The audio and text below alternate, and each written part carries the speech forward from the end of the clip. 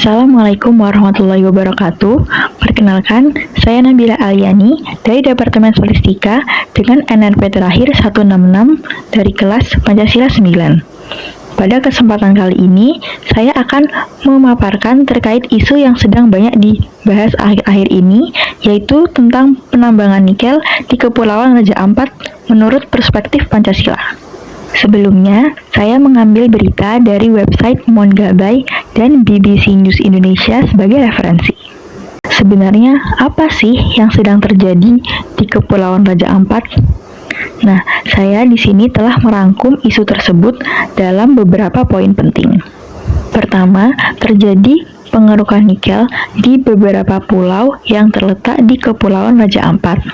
Kedua, pulau yang dikeruk memiliki ukuran yang relatif kecil, sehingga proses penambangan atau pengerukan selain dapat menghabiskan daratan pulau, juga berpotensi untuk merusak laut di sekitarnya. Ketiga, keputusan pemerintah dalam Undang-Undang Cipta Kerja lebih berpihak pada investor, sehingga menyebabkan kendali daerah dalam urusan pertambangan ini lumpuh.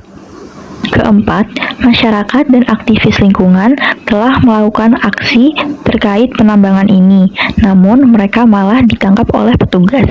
Terakhir, pemerintah merespon aksi tersebut dengan memberhentikan aktivitas penambangan untuk sementara. Pemerintah juga menenangkan masyarakat dengan berkata bahwa hanya ada satu perusahaan yang beroperasi terkait penambangan tersebut. Namun, pada faktanya ada 4 perusahaan yang ikut andil dalam penambangan nikel di Kepulauan Raja Ampat. Kemudian, bagaimana kira-kira apabila kasus ini dilihat dari perspektif Pancasila? Jika dilihat dari nilai-nilai yang terkandung pada sila pertama, isu ini tidak dapat dibenarkan. Dikarenakan eksploitasi alam tanpa tanggung jawab berarti tidak menjaga ciptaan Tuhan. Selain itu, manusia juga diminta untuk menjaga alam sebagai bentuk rasa syukur dan menjalankan amanah dari Tuhan. Isu ini juga tidak sesuai dengan nilai-nilai yang terkandung pada sila kedua dikarenakan dua hal.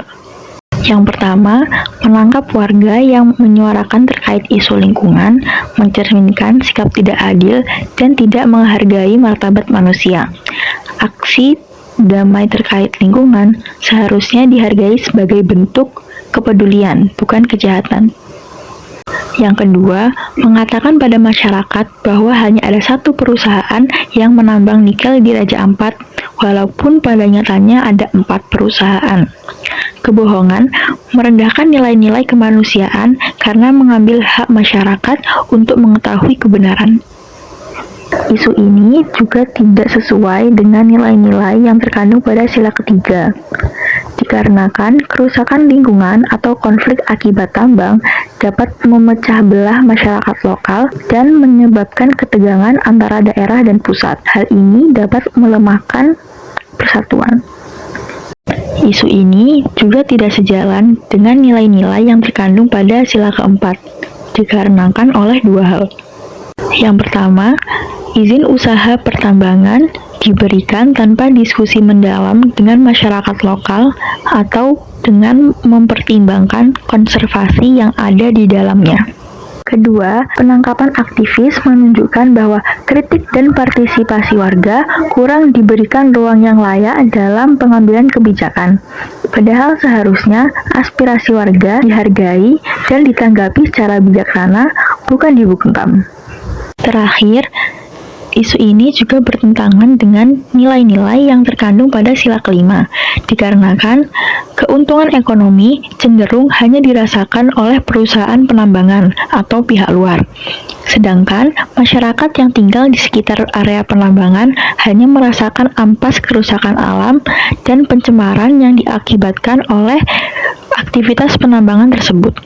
Kesimpulannya, praktik tambang yang sedang terjadi di Kepulauan Raja Ampat mencerminkan kebijakan yang mengabaikan keberlanjutan, keadilan sosial, dan partisipasi rakyat, sehingga bertentangan dengan semangat dan prinsip Pancasila sebagai ideologi negara.